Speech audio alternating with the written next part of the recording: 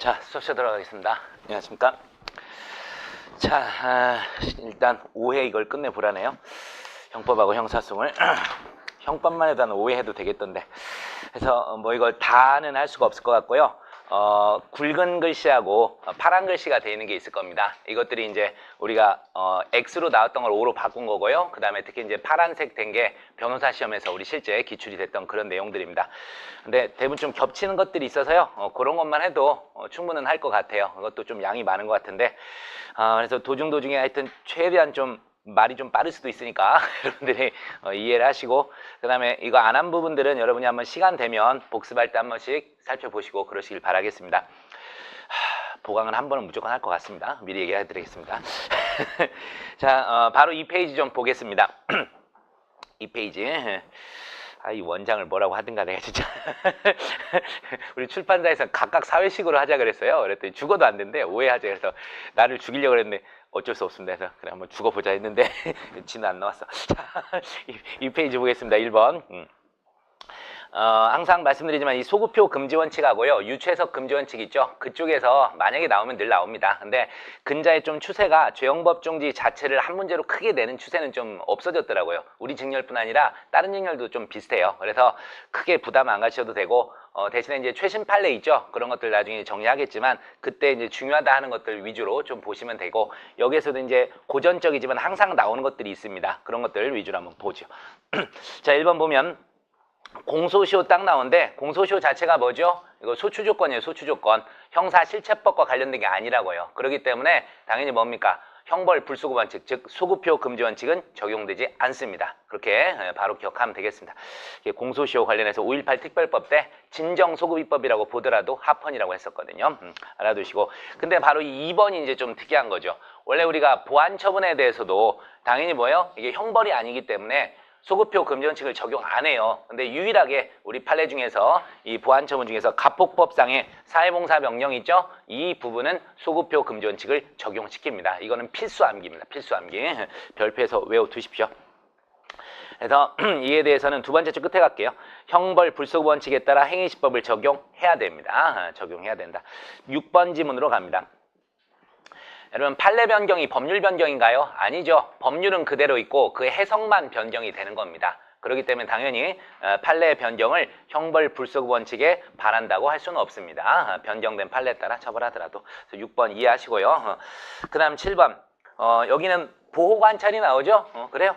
전형적인 보안 처분이에요. 그렇기 때문에 당연히 형벌 불소급 원칙 적용되지 않습니다. 그래서 형벌 불소급 원칙 또는 죄형법 중지에 위배되는 거 아니고.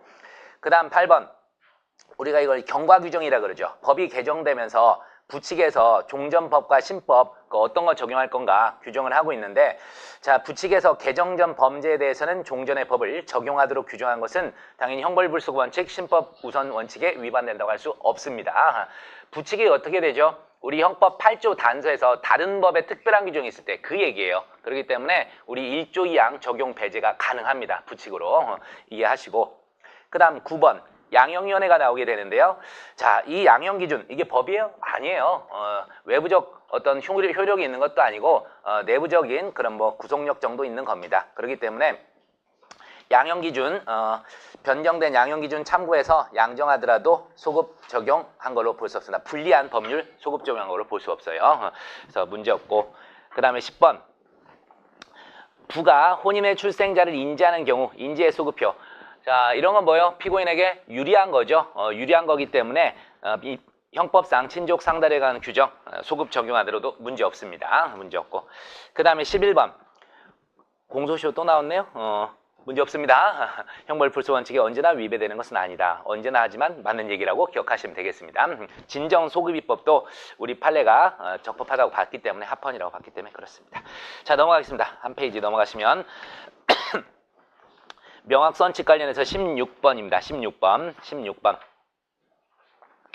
법률을 해석하는 전문가의 이해와 판단으로서 처벌법규의 입법 목적이나 전체적 내용, 구조 등을 살펴보아 그 구성 요건에 해당하는 행위 유형을 정형화하거나 한정할 합리적 해석 기준을 찾을 수 있다면 죄형 법정주의가 요구하는 형벌법규의 명확성 원칙에 반하는 것이 아니라 할 것이다. 그렇죠. 일단 정형하고 한정한 합리적 해석 기준이 있대요. 문제 없다는 거예요.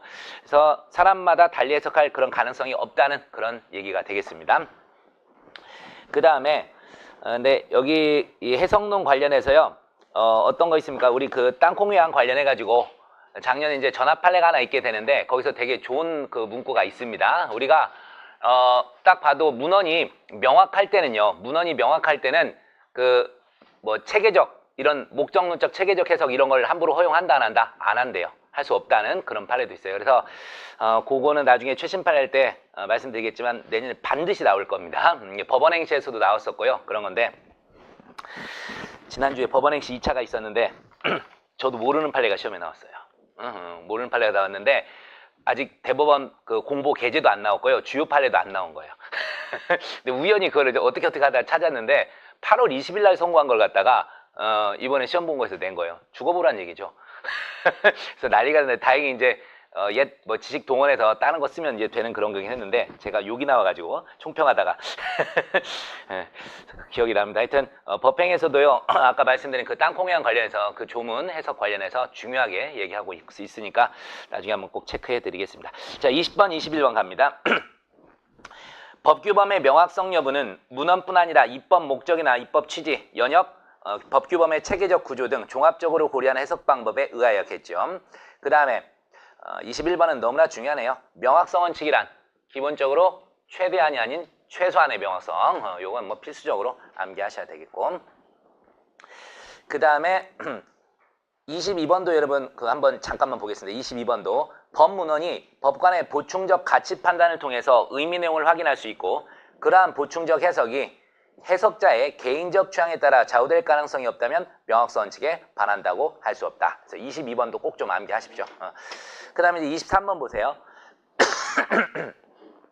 법률 규정이 다소 불명확한 경우에 법관의 합리적 해석에 의하여 구체화할 가능성이 있다면 명확성 원칙에 반한다고 할 수 없다. 그렇죠? 구체화할 가능성이 있다면 법관의 합리적 해석. 그러니까 22번이랑 연결되는 거예요. 따지면 같은 판례에서 원래 쭉 나온 것들입니다. 그래서 제가 22, 23을 같이 연결해서 읽은 거고요. 유추해석 금지 원칙에서 26번 보도록 합니다. 자, 우리가 상식적으로 보면 원동기 장치 면허를 받지 아니하고는 뭐죠? 한 번도 받은 적이 없는 그거를 얘기를 하겠죠. 또는 뭐 취소됐거나 이런 경우를 얘기할 건데 한 줄 밑에 면허를 받았으나 효력이 정지된 경우, 즉 면허 정지를 여기다 넣을 수는 없을 겁니다. 당연하고 그 다음에 청소년 성보호에 관한 법률 예전이죠. 예전 구 청소년 성보호에 관한 법률에서 반의사불벌죄 규정했었는데 성범죄 피해자인 청소년에게 의사 능력이 있는 이상 청소년의 처벌 희망 의사 표시의 철회에 법정 대리인의 동의가 필요하다고 보는 것은 피고인에게 불리한 유추해석입니다. 그래서 유추해석 금지 원칙에 반하게 되는 거죠. 자, 우리가 원칙적으로 형사소송에서요. 의사 능력이 있으면 소송 능력이 있다고 봅니다. 알겠어요? 의사 능력이 있으면 이 소송행위 능력이 있다고 보고 있어요. 그렇기 때문에 스스로가 이 처벌 불원의 의사표시 이런 내용을 의미를 인식하는 그런 정도가 된다면 스스로 소송행위를 할 수 있다는 거예요. 아시겠죠? 그리고 형사소송법에서는 명문으로 대리할 수 있다는 그런 규정, 동의할 수 있다는 규정이 없는 한 함부로 할 수가 없어요. 알겠죠? 그래서 우리가 뭐였습니까? 체열에서 아버지, 미성년자의 아버지, 처, 동서 이런 사람들이 대신 동의해서 의미 있어 없어요? 없어요. 전부 다 효력이 없는 겁니다. 그래서 소송법은 그렇게 갑니다. 28번입니다. 블로그 등 사적 인터넷 게시 공간 여기다가 여기 누가 이제 이적 표현물인 타인의 글 삭제할 권한인데도 이를 삭제하지 않고 그대로 뒀대요. 그러니까 딴 놈이 블로그에다가 자기 블로그에다가 이적 표현물 뭐 관련해서 써놨어. 삭제할 의무가 있긴 하지만 이걸 그대로 뒀다. 혹시 이게 국가보안법상 소지냐 이거예요. 소지. 아니죠. 소지는 최소한 뭐죠? 내 거가 된 거야 되죠. 그렇습니다. 자, 유추해석 금지 원칙에 반합니다. 소지로 보는 것은. 그 다음 29번입니다. 특정 범죄자에 대한 위치 추적 전제장치 부착 법률 5조 1항 3호에서 부착명령 청구 요건으로 정한 성폭력 범죄를 2회 이상 범하여 나오게 되는데, 자, 우리가 보호처분이 유죄 확정 판결과 동일한 효력이 있나요? 없어요. 보호처분에 대해서는 소년법상 보호처분은요. 그거 기억하셔야 되는데 소년법상 보호처분이 있었어요. 거기에 대해서 다시 공소 제기를 하게 되면 면소 판결 나가요? 공소 기각 판결 나가요? 형법 얘기하는데 형소 얘기해서 미안한데 어차피 우리 같이 해야 되잖아요. 자, 어떻게 한다고요? 우리가 그 소년법상 보호처분 그게 이제 확정됐었을 때 그 범죄 사실에 대해서 다시 공소 제기를 하면 어떻게 된다? 만약에 이게 확정 판결, 기판력이 미치는 거라면 면소 판결 사유겠죠. 하지만 아니에요. 보호처분이기 때문에 이건 형사처분한 게 아니라고요. 그렇기 때문에 법률에서 소년법 자체에서 어떻게 한 거예요? 공소 제기를 하지 말라고 해놓은 거예요. 그러니까 어떻게 돼요? 다시 공소 제기하면 공소 제기 절차가 법률의 규정에 위반하여 무효인데서 공기판 2호 사유에 해당하게 되는 겁니다. 이건 우리 시험에도 나와 있었어요. 좀 알아두시기 바랍니다. 근자의 최신 판례에서 이제 가폭법상 또 이제 보호처분 관련한 유명한 판례가 또 나왔어요. 그래서 나중에 형사소송법 할 때 같이 좀 보도록 하겠습니다. 어제 그제 10시간씩 형소 강의만 하다 왔더니 머릿속에 쫙 지금 남아 있습니다. 그래서 객관식 객관식 문제풀이 하다가 와가지고 자, 계속 가보도록 합니다. 31번 갑니다. 형벌법규의 적용 대상이 그러니까 소년법상 보호처분 받은 전력은 여기 해석 포함 안 돼요. 유죄 판결 받은 전력에 포함시켜서는 안 된다는 거 그걸 말씀드렸고 31번 형벌법규의 적용 대상이 행정법규가 규정한 사항을 내용으로 하고 있대요. 자, 그렇더라도 어떻게 됩니까? 형벌법규의 적용 대상인 행정법규니까 결국 이거 위반하면 형벌이 가해지는 거잖아요. 그러니까 당연히 행정법규 규정을 해석하는 때도 유추해석 금지 원칙이 적용돼야겠죠. 그죠? 상식선에서 이해하시고 이 지문은 좀 익숙하진 않은 것 같습니다, 여러분들. 자, 33번 갑니다. 고소의 2, 3, 3조가 뭐죠? 형소법 고소의 주관적 불가분 원칙이에요. 이 고소의 주관적 불가분 원칙은 친고죄 외 반의사불벌죄나 즉시고발 사건 등에 유추 적용하지 않습니다. 피고인에게 불리한 유추 해석이에요. 근데 객관적 불가분 원칙은 어떻게 돼요? 객관적 불가분. 그럼 참고로 고소의 객관적 불가분 원칙이 명문 규정에 있는 건가요? 아니에요. 객관적 불가분은 그냥 당연히 논리적으로 인정하는 거예요. 그렇기 때문에 즉시고발 사건 등에 대해서도 고소의 객관적 불가분 원칙은 당연히 적용됩니다. 헷갈리지 않도록 하세요. 고소의 주관적 불가분 원칙은 유추하게 되면 피고인에게 불리하게 되지만 객관적 불가분은 그냥 논리칙상 당연히 뭐예요? 경험칙 논리칙상 적용이 될 수밖에 없어요. 아시겠어요? 좀 같이 외워두십니다. 34번 갑니다. 관습형법은 간접적으로 형법의 해석에 영향을 미칠 수 있겠죠. 다만 이제 특히나 유리한 쪽이 영향을 미쳐야 됩니다. 불리한 식으로 미쳐서는 안 돼요. 그래서 관습형법에 따른 위법성 조각사유 이런 거 인정은 돼도 관습형법에 따른 뭐 구성요건의 창설 이런 건 안 됩니다. 이런 건 안 된다. 그 다음에 35번. 피고인에게 유리한 규정을 축소해석. 자, 유리한 규정을 축소해석하면 결론적으로 어떻게 되죠? 불리하게 되죠. 안 되죠.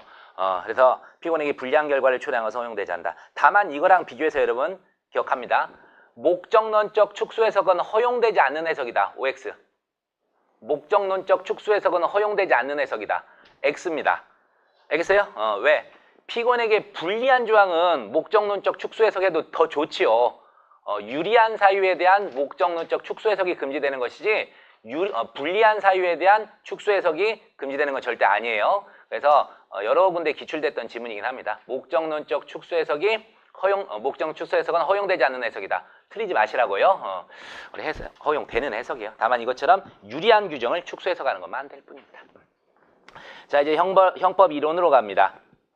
이제 또 나올 때가 됐습니다. 이쪽 동네도 쪽 정리 좀 하셔야 되겠어요. 참고로 우리 이제 저쪽 사시가 사라지니까 우리 시험 쪽이 결국은 최고 우위를 점해야 돼요.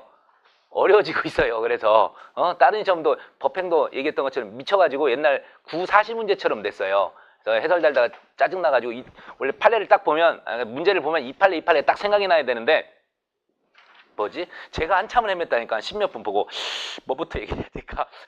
아닌데 이렇게 되면 안 되는데 한참을 했어요. 교수진이 아마 사시 출신 이쪽 교수진들이 가서 대거 내신 것 같아요. 법행보다 우리가 더 위에 있잖아. 아이 대외적으로 알겠어요? 그래서 우리도 좀 어려울 거예요. 이번에도 계속 점점 어려워지고 있어요. 어쩔 수 없이 그 점은 좀 이해를 하셔야 될 것 같습니다. 그래서 이런 형법 이론 같은 것도 조금은 대비를 하세요. 너무 깊이는 안 들어가더라도. 자, 응보형주의. 설령 동일한 행위자가 동일한 범죄를 또다시 범할 가능성이 전혀 존재하지 않는 경우라 할지라도 행위자를 처벌할 필요성이 있다고 인정된다고 생각할 것이다. 자, 응보형주의는 뭐죠? 장래의 위험성 고려 안 해요. 너 죄 저질렀어? 그럼 처벌 받으 새끼야. 그냥 그거예요. 잘못했으면 처벌 받아야지. 이게 응보형이에요. 그죠? 그리고 일반 예방도 어떻게 돼요? 일반 예방. 이거는 뭐죠? 일반인으로는 범죄를 저지르지 못하게 사전에 이제 하자는 것이고, 특별 예방은 뭐죠? 이미 범죄 저지른 놈 재범 방지하자 이런 겁니다. 그러니까 응보형주의에서는 뭐예요?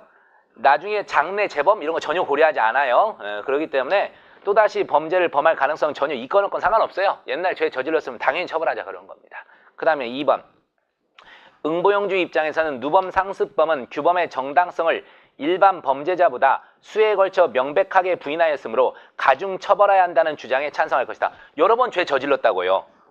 여러 번 죄 저질렀어. 그럼 너도 나쁜 놈이죠. 그러니까 당연히 찬성할 겁니다. 이 부분 좀 이해를 좀 하시기 바라겠고. 그 다음 3번. 그렇죠. 특별예방주의 입장에서는 동일한 행위자가 동일한 범죄를 또다시 범할 가능성이 전혀 존재하지 않는데요. 재범 가능성이 없대요. 처벌 안 합니다. 알겠죠? 특별예방은 재범 방지 그런 거라서 당연히 재범 가능성이 전혀 없으면 형벌 갈 필요 없습니다. 그 다음 4번. 특별예방주의 입장에서는 법원은 범죄자에 대하여 부정경을 선고하고 가석방제도를 활성화하여 가석방위원회가 범죄자의 석방 시기를 결정하도록 할 것이다. 그렇죠? 부정경이나 가석방이 다 특별예방과 관련된 겁니다. 부정경 왜 해요? 처음에는 이놈이 눈이 선해 보인다고. 근데 알 수 없다고요. 그래서 일단 가둬놔. 그래서 정말 눈이 선하게 변했으면 풀어주자는 거죠. 그죠? 그래서 최소한 단기까지는 잘못에 대해서 제재를 가하는 거야. 단기는. 그리고 어떻게 되죠? 그 뒤부터는 얘가 교화 개선되면 내보내준다는 거죠. 이런 겁니다. 자, 넘어가시고요. 좋은 질문 드립니다. 8번입니다. 8번이 아니라 8페이지입니다. 2번. 마음이 급하다. 자, 2번. 법정형으로 징역형과 금고형만 규정되어 있던 군형법 무단이탈. 이게 원심 판결 선고 개정되어 벌금형이 추가됐대요. 자, 이게 이제 1조 2항 이거 같은 말 기억하시라고 말씀드렸던 것 같은데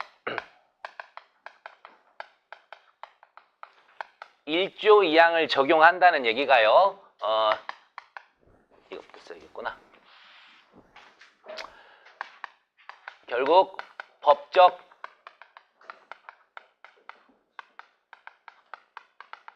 견해의 변경이고요.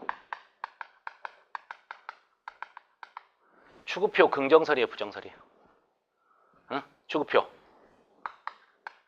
부정설입니다. 이 세 개가 다 같은 말이에요. 알겠죠? 그래서 이렇게 물어볼 수가 있어요. 다음 중 1조 2항이 적용되는 사례는, 다음 중 법적 견해 변경에 해당하는 것은, 다음 중 추구표가 뭐 부정되는 것은, 이런 식으로 물어볼 수가 있습니다. 반대로 하면 어떻게 돼요? 1조 2항 적용되지 않는 거 사실관계 변경, 추구표, 긍정설 이렇게 같이 갑니다. 그래서 세트로 좀 기억을 해 두십시오. 자, 그거 물어본 거예요. 제가 이거 기준 한번 말씀드렸습니다. 우리가 공부하는 법 다 뭐예요? 법적 견해 변경이에요. 형법, 형소법, 특가법, 뭐 그다음에 특경법 등등등 있죠. 폭처법 이런 거. 근자에 2016년, 17년에 이쪽 관련해서 법적 견해 변경된 판례들이 꽤 많이 쏟아졌어요. 그래가지고 반드시 좀 나올 겁니다. 이쪽이 한동안. 자, 그래서 군형법은 우리가 안 배우지만 군을 빼고 형법으로 기억하세요. 형법상 변경입니다. 그래서 범죄 후 법률의 변경에 하여 형이 구법보다 경한 때에 해당한다고 할 수 있습니다. 법적 견해 변경이라는 얘기예요. 그 다음에 3번. 자, 법인에 대한 양벌 규정의 면책 규정 신설입니다. 자, 이게 뭐죠? 각종 법에서 양벌 규정에서 옛날엔 사실상 무과실 책임으로 규정을 해놨어요. 근데 2007년 이래로 우리 헌법재판소가 전부 다 위헌을 때렸어요. 책임주의에 반한다고. 헌법재판소의 위헌 결정에 따라 다 신설됐습니다. 당연히 이게 법적 견해 변경이죠. 아시겠죠? 그래서 양벌 규정에 면책 규정 신설된 거 있죠? 선임감독상에 과실이 없으면 처벌하지 않는다는 그 규정 신설된 것은 전부 법적 견해 변경입니다.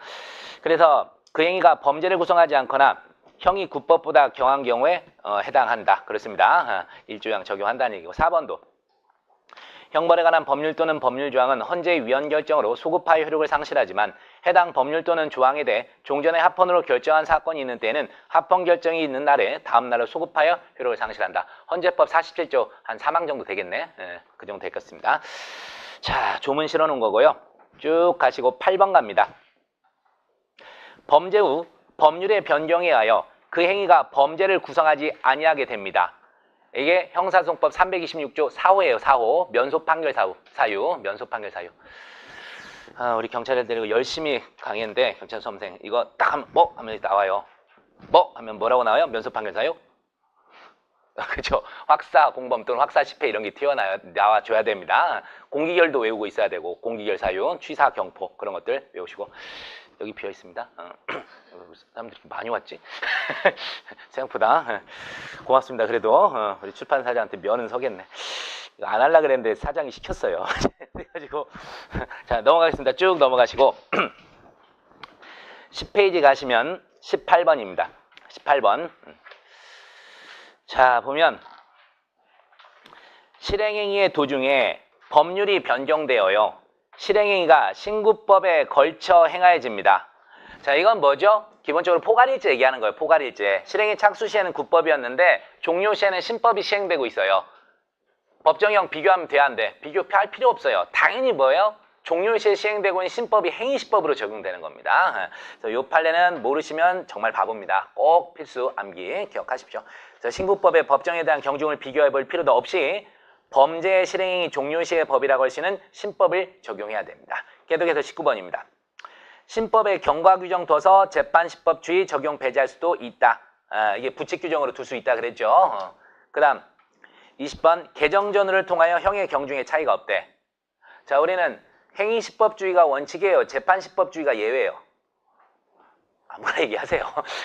아무나 고르면 답입니다. 그래서 행위시법주의가 원칙이라고요. 그러니까 형의 경중에 차이가 없으면 원칙으로 가야죠. 그래서 행위시법을 적용하는 게 맞습니다. 그 다음 21번입니다. 형을 종전보다 가볍게 형벌법규 개정하면서 부칙에서 시행 전 범죄에 대해 종전법규 적용하도록 규정합니다. 아무 문제 없다 그랬죠? 또 겹치잖아요, 이렇게. 22번. 범죄 후 법률의 개정에 의해 법정형이 가벼워졌대요. 특별한 규정이 없는 한 신법의 법정형이 당연히 공소시효 기간의 기준이 되겠죠. 적용되는 신법이니까. 그 다음 23번. 범죄행위 시와 재판 시 사이에 수차 법률의 개정. 가장 유리한 거 택하면 됩니다. 전부의 법률을 비교해 가장 형이 가벼운 법률 적용하면 되겠고. 그 다음 자, 보건복지부 고시 식품위생법. 우리 공부해요 이런 거? 안 하죠? 사실관계 변경입니다. 그래서 공소가 제기되어 재판을 받고 있던 갑에게 재판시법을 적용해야 되는데, 근데 이게 실제는 원래는 그건데요. 이건 이제 문제를 좀 바꾼 거예요. 이거를 다시 설명하겠습니다. 보건복지부 고시의 시료를 뭐로 본다면 법적견의 변경으로 인한 반성적 고려에 기인한 것으로 본다면, 알겠죠? 근데 원래는 이거 아니에요. 원래는 식품위생법 뭐죠? 사실관계 변경에 불과해요. 그래서 좀 조심하십시오. 괜히 이 지문 때문에 거꾸로 외우지 마시라고요. 그래서 식품위생법 위반 관련된 거는 원래 뭐다? 사실관계 변경에 불과합니다. 근데 여기서는 문제를 만들기 위해서 이렇게 바꿔놓은 거예요. 법적견의 변경으로 인한 반성적 고려에 기인한 것으로 본다면 그런 거고요. 자, 근데 25번 보시면 보건복지부 시료가 영업시간 제한 필요성의 감소와 단속 과정에서 부작용을 줄이기 위한 정책적 필요에 기인한 것이라면 이건 뭐예요? 사실관계 변경이니까 당연히 행위시법, 구법을 적용해야 됩니다. 그래서 문제를 위한 문제입니다. 알아두시고 그 다음에 26번도 나오는데 보건복지부 고시의 시료를 1조 2항의 법률의 변경으로 볼 수 없다면 공소가 제기되어 재판을 받고 있던 갑은 당연히 구법대로 옛날대로 처벌을 해야 돼요. 법률의 변경을 볼 수 없다면 그러니까 법률 변경이 아니니까 그냥 옛날대로 공소 제기 시에 시행되고 있는 거 그대로 처벌하자는 얘기입니다. 그 다음 27번 형법 1조 2항의 법률을 총체적 법률 상태 내지 전체로서의 법률을 의미한 것으로 본다면 이게 이제 원래 판례 태도죠. 보건복지부 고시의 시료는 당연히 법률의 변경에 해당합니다. 원래 판례 태도는 25번, 27번이 판례 태도입니다. 알겠죠? 그래서 24번과 26번은 문제를 위해서 조금 변형을 시킨 거고요. 25번과 27번이 실제 이 식품위생법 고시와 관련된 판례 태도예요. 됐고 그 다음에 28번에서 결론적으로 뭐라고 돼 있어요? 만약에 이걸 법률의 변경으로 본다면, 법적견의 변경으로 본다면 당연히 이건 뭐가 된다? 면소 판결을 선고해야 됩니다. 이게 폐지됐으니까 면소 판결을 선고해야 된다. 됐고요. 그 다음에 여러분 오히려 이 외국환관리법 나오는데 이것도 좀 문제, 그래 한번 읽어보겠습니다. 그래도 외국환관리법 위반으로 기소된 갑의 재판 도중에 외국환관리법이 개정되어 갑에게 적용되는 법정형이 이렇게 변경됩니다. 참고로 말씀드리는데 외국 한자 들어가면요 무조건 100% 뭐예요? 사실관계 변경이에요. 원래 실제는 외국 한 들어가면 여기에 판례가 한 10개 정도 있어요. 진짜로 외국 한 관련해서. 근데 전부 다 사실관계 변경입니다. 그것 좀 하나 말씀드리고 자 30-1 가겠습니다. 형의 경중을 비교할 때는 법정형에 의하므로 갑에게는 신법이 적용돼야 된다. 일단은 기본 일반론 얘기하는 거예요. 일반론. 네, 그렇고 그 다음에 2번 형의 경중 비교할 때 갑에 대한 형의 감경 사유가 있을 때는 감경을 한 후에 비교해야 된다 이렇게 돼 있는데 이 지문이 지금 옳은 지문이에요? 틀린 지문이죠. 이건 지금 잘못됐네요. 왜냐하면 우리가 형이형 중 비교할 때 감경사유가 그럴 때 감면사유 있을 때 감면하기 전이에요? 감면한 후에요? 감면하기 전이에요? 감면하기 전. 이거 오류입니다. 이거는 X로 바꾸죠. 감경하는 거 아니라 하기 전입니다. 감경하기 전. 하기 전에 비교해야 된다. 하하. 이런 오류가 아직도 있다니. 몇 번을 봤는데. 그거 일단 체크해 두시고 제가 만약에 좀 뭐 잘못된 게 다시 알려드릴게요. 30-3입니다. 징역형이 가벼워졌으므로 가백에는 범죄 후 형이 국법보다 경한 경우라고 할 수 있다. 그렇고 그 다음에 이제 5번에서 4번은 됐고 5번에서 가백에 5년의 징역형을 선고할 수 없다 그랬는데 자 바뀐 법 적용하니까 3년 이하 징역으로 바뀌었으니까 5년 적용할 수가 없겠죠. 근데 아까 제가 그랬잖아요. 이 30번 제가 안 풀려고 하다가 막 풀었던 거잖아요. 실제하고 다르다니까요. 그래서 이 부분은 차라리 여러분 헷갈리니까 싹 날려버리십시오. 실제 나올 일 없습니다. 날려버리십시오. 이게 문제를 위한 문제거든. 괜히 우리 오류 생긴다니까요. 외국 한자는 전부 뭐라 그랬어요? 제가 사실관계 변경이라니까. 알겠어요? 그렇기 때문에 이 지문은 그냥 다 싹 삭제해버리시기 바랍니다. 오히려 헷갈릴 것 같습니다. 넘어가시고. 그래서 이거 수정을 내가 안 했나? 웬만한 건 제가 다시 손을 본 거거든요. 봤는데 그 와중에도 오류가 있으면 창피한데. 자수해야겠다 나중에 가서. 자 계속해서 12번 갑니다. 1번 중국인이 중국에서 대한민국 국적 주식회사 인장. 여러분 이런 거 틀리면 안 됩니다. 4인장 사문서 나오면 무조건 우량법 적용 안 해요.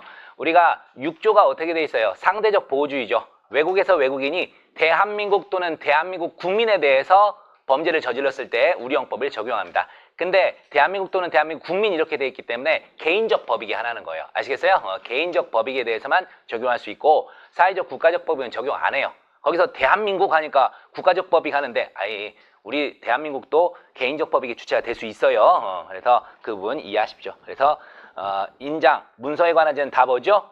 사회적 법익이잖아. 대신에 공문서 공인장은 5조가 적용되죠. 5조가. 그래서 그냥 묻지도 따지도 말고 사문서 4인장 나오면 우리형 적용 못해요. 그렇게 하세요. 외국에서 외국인 했을 때. 자, 간통죄 나오는데 됐습니다. 요거는 그냥 날리시고. 3번. 외국인이 한국인과 한국에서 다른 외국인을 살해하기로 공모했어요. 됐지 뭐. 그냥 우리나라에서 공모했으면 당연히 우리형법 적용합니다. 속지주의. 그 다음 뉴질랜드 시민권을 취득함으로써 대한민국 국적 상실한 자래요. 외국인입니다. 뉴질랜드에서 외국에서 외국인이 대한민국 국민에게 사기쳤네요. 이때는 적용해야죠. 적용해야 됩니다. 보호주의, 상대적 보호주의에 따라서 쭉 가시고 그 다음에 7번 가봅니다. 대한민국 국민이 카지노에 외국인 출입이 허용되어 있는 필리핀에서 도박을 합니다. 속인주의에서 당연히 우리형법 적용합니다. 그쪽에서는 처벌 안 하는가 몰라도 우리나라에서는 도박으로 처벌할 수가 있습니다. 그 다음 8번. 대한민국 국민이 아닌 사람이 외국에 거주하다가 그곳을 떠나 반국가단체 지배하에 있는 지역으로 들어갑니다. 자, 이거 뭐죠? 외국에서 외국인이 죄를 범했어요. 자, 이러면 5조 아니면 6조인데 국가보안법 개인적 법익 아니죠? 그래서 6조 탈락. 5조로 가고 싶은데 내외 국통유문인에서 국가보안법 있어요? 없어요. 그 국은 국기, 국장에 관한 죄입니다. 그래서 국기에 관한 이쪽이기 때문에 당연히 국가보안법은 없어요. 결론적으로 적용할 수 있어? 없어? 없어요. 간단히 독일인이 그냥 북한 갔어요. 문제 있어요? 없어요? 없어요. 이걸 우리나라가 어떻게 처벌합니까? 안 돼요. 미국인이 북한 놀러 갔대요. 처벌해요? 안 돼요. 그렇게 생각하시면 되겠다. 그 다음 10번 갑니다. 형법은 적용 범위와 관련 속인주의, 속지주의, 보호주의뿐 아니라 세계주의도 채택하고 있다. 자, 우리 형법은 세계주의를 명문으로 채택하고 있다. OX. 뭐 있어요? 약취, 유인, 인신매매죄 있습니다. 약취, 유인, 인신매매죄에 대해서 세계주의 명문으로 있어요. 명문으로. 알겠죠? 대신에 이제 해석론으로 인정하는 게 통화에 관한 죄 있고요. 통화에 관한 죄. 왜냐하면 5조하고 207조 사망이 어우러지면 그게 사실상 세계주의가 될 수 있거든요. 그 다음에 중국 민항기 납치 사건 있죠. 그건 판례가 인정한 겁니다. 판례가. 그래서 세계주의는 딱 3개 있다 그랬어요. 세계주의 3개. 그래서 일단 명문 있는 게 약취유인 인신매매죄. 그 다음에 이제 해석론상 인정될 수 있는 게 통화에 관한 죄. 그 다음 마지막 판례가 인정한 게 민항기 납치 사건. 3가지 외우시면 되겠습니다. 자, 11번 갑니다. 그래서 10번 많은 지문이고요. 그 다음 11번. 중국인이 한국으로 입국하기 위하여 중국에 소재한 대한민국 영사관에서 그러니까 중국인이 중국에서예요. 여권 발급 신청서. 여권 발급 신청서는 사문서라 그랬어요. 개인 명의로 작성하기 때문에 사문서야. 당연히 우량법 적용하지 않습니다. 알겠죠? 제가 사무소 사인장 아니라 그랬잖아. 13번. 대한민국 국민이 외국에서 살인죄를 범하였다가 외국에서 무죄 취지 재판을 받고 석방된 후, 이거 올해 거구나. 국내에서 다시 기소되었다 하더라도, 자, 무죄 취지 재판을 받고 석방을 됐어요. 그러면 그 사이에 공소제기 후에 얘가 계속 구속 상태로 있었더라도 이게 형의 집행을 위해서 있었던 거예요. 미결구금이에요. 미결구금이죠. 그죠? 미결구금은 넣어줘 안 넣어줘? 안 넣어준다는 게 우리 판례입니다. 그래서 이는 일사부질 원칙에 반하는 것이 아니며 외국에서 미결 상태로 구금된 기간에 대해서 외국에서 집행된 형의 산입에 관한 형법 7조는 적용하지 않는다는 게 우리 판례 입장입니다. 좀 해줘도 될 것 같은데 재판이 좀 껌씹고 그랬는지 안 봐줘 버렸습니다. 그래서 이 판례 꼭 외워두십시오. 또 나올 소지가 높습니다. 자, 넘어가시고 이제 범죄 종류입니다. 여러분들이 이 범죄 종류를 따로 막 책에 있는 거 외우지 마시고 판례가 언급한 거 있죠. 어떤 죄마다 이거는 뭐 개독범이다, 또 뭐 부진정 부작위범이다, 뭐 이런 것들 얘기해 준 거 있잖아요. 그런 것들을 좀 외우세요. 책에 있는 건 아무리 외워봐야 시험에 안 나와요. 안 나오고 그냥 판례가 얘기한 것들만 알아두시는 게 좋습니다. 자, 1번 갑니다. 폭행죄, 아까도 본 건데 피해자가 의사능력이 있는 미성년자인 경우 미성년자가 가해자에 대한 처벌을 원하지 않는다는 의사표시를 명백히 하면 당연히 공소제기할 수 없습니다. 공기판 사유가 되겠고, 그 다음에 2번 의사능력 있는 미성년자, 또 나왔어. 법정 대리인 동의가 있어야 한다고 볼 것은 아니다. 맞고요. 3번 고소불가분 원칙, 친고죄 고소불가분 원칙은 반의사불벌죄에 준용되지 않고요. 그 다음 4번 갑자기 여기다 넣었어. 자, 우리가 처벌부는 의사표시나 이런 것들 이게 범죄 성립 요건이에요? 처벌 조건이에요? 소추 조건이에요? 소추 조건이죠. 예, 소추 조건은 언제나 자유로운 증명입니다. 자증. 알겠죠? 자증입니다. 자증. 100%. 소추 조건은 자증. 예. 나중에 형소 때 얘기해드리겠고요. 그래서 엄증 대상이 되지 않는다. 맞고. 그 다음에 5번. 2인 이상이 공동으로 폭행죄를 범하여 폭처법 공동폭행으로 처벌되는 경우 피해자 명시한 의사에 반하여 공소를 제기할 수 없다는 형법 260조 3항은 적용되지 않는다. 우리가 그냥 폭행은 반의사불벌죄입니다. 특수는 아닙니다. 이것도 특수예요, 특수. 알겠죠? 특수, 폭행 쪽으로 보시면 돼요. 그래서 안 들어가요. 또 폭행치사상, 반의사불벌죄 아닙니다. 그런데 여기서 이제 문제죠. 존속폭행은 반의사불벌이에요, 아니에요? 갑자기 헷갈리죠? 반의사불벌 맞아요. 설마 아버지가 어머니가 우리 아들 봐달라고 그렇게 부탁을 할 건데 그걸 안 해주는 게 어디 있어요? 당연히 해줍니다. 그래서 그거 좀 기억하십시오. 그래서 반사불벌죄라도 앞에 특수가 붙거나 상습이 붙어요. 또는 뒤에 치사상이 붙어요. 이러면 안 됩니다. 알겠죠? 상습하고 특수가 붙을 때 접두어로, 그리고 전미어로 뭐예요? 치사상이 붙을 때 이런 것들은 뭐가 된다? 반의사불벌죄가 아닙니다. 그거 좀 말씀드리겠습니다. 원래 반의사불벌죄라도 그렇게만 외워두시면 돼요. 그래서 존속은 들어가요. 반의사불벌죄 맞고. 자, 계속 가보겠습니다. 저기 3번 갑니다. 15페이지. 침해범에서 고의는 행위 결과에 대한 인식을 요하지만 위헌범 중 추상적 위헌범의 경우에는 행위 자체가 위험성을 가지면 족하므로 고의는 위험에 대한 인식을 요하지 않는다. 참 이거 많이 강조했던 거다. 우리가 방화죄를 늘 제가 예로 드는데요. 방화죄에서 센 놈 3개가 뭐죠? 현주건조물 방화죄, 공용건조물 등 방화죄, 타인 소유 일반 건조물 방화 이렇게 있어요. 얘들은 뭐예요? 조문이 어떻게 있어요? 불을 놓아 소의 결과만 발생하면 바로 기수예요. 조문에 절대 공공의 위험이 안 써 있어요. 공공의 위험이. 그래서 객관적 구성 요건 요소로 공공의 위험이 없다고. 그러니까 위험이 고의인식 대상이 아니에요. 하지만 약한 놈 3개 있죠. 자기 소유 일반 건조물 방화, 타인 소유 일반 물건 방화, 그리고 자기 소유 일반 물건 방화. 얘들은 약한 놈 3개라 그러는데 얘들은 공통점이 뭐예요? 불을 놓아 공공의 위험을 발생. 이렇게 돼 있어요. 조문 자체에서 공공의 위험 발생이 들어있다고요. 그렇기 때문에 고의의 인식 대상이 돼야 됩니다. 그래서 앞에 센 놈 3개를 추상적 위헌범이라 그러고 뒤에 약한 놈 3개를 구체적 위헌범이라고 그럽니다.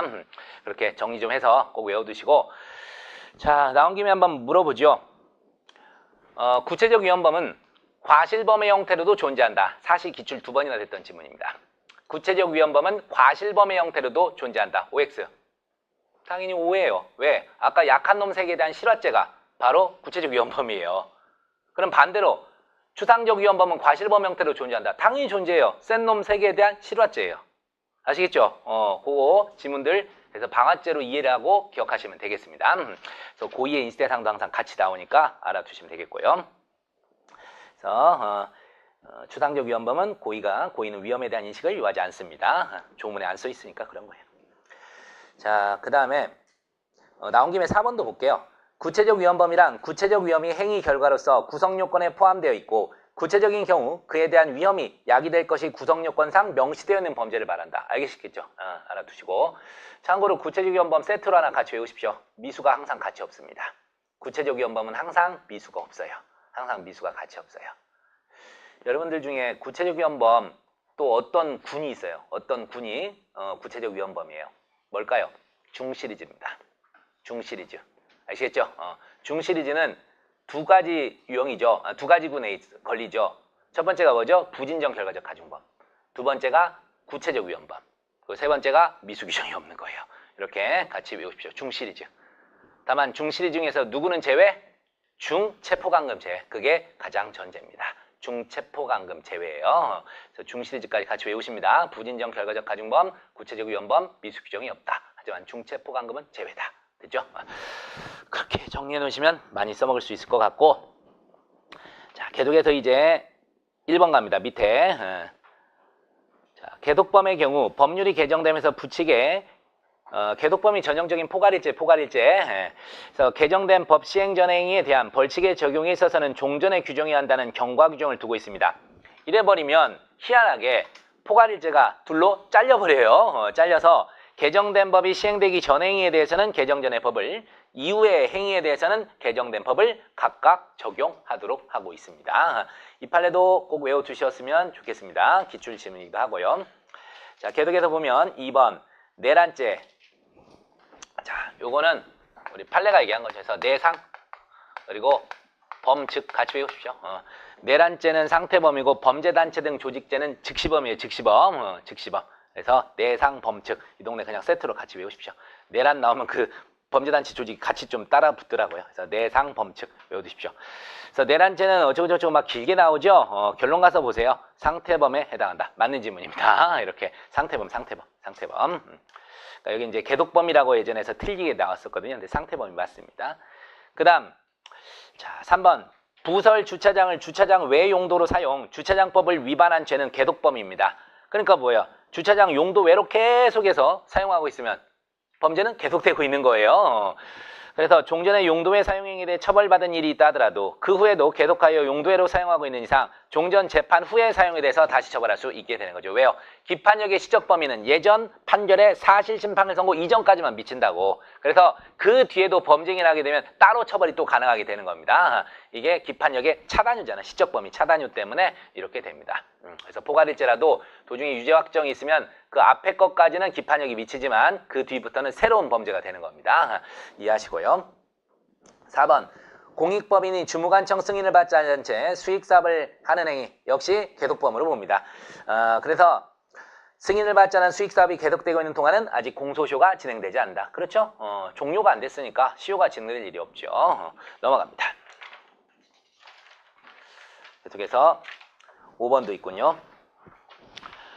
허가받지 아니한 업체와 건설 폐기물의 처리를 위한 도급계약을 체결한 자가 무허가 건설 폐기물 처리 업체에 위탁하여 건설 폐기물을 처리한 행위를 처벌하는 법률이 신설된 후에도 그 도급계약에 따른 폐기물 처리 행위를 계속했대요.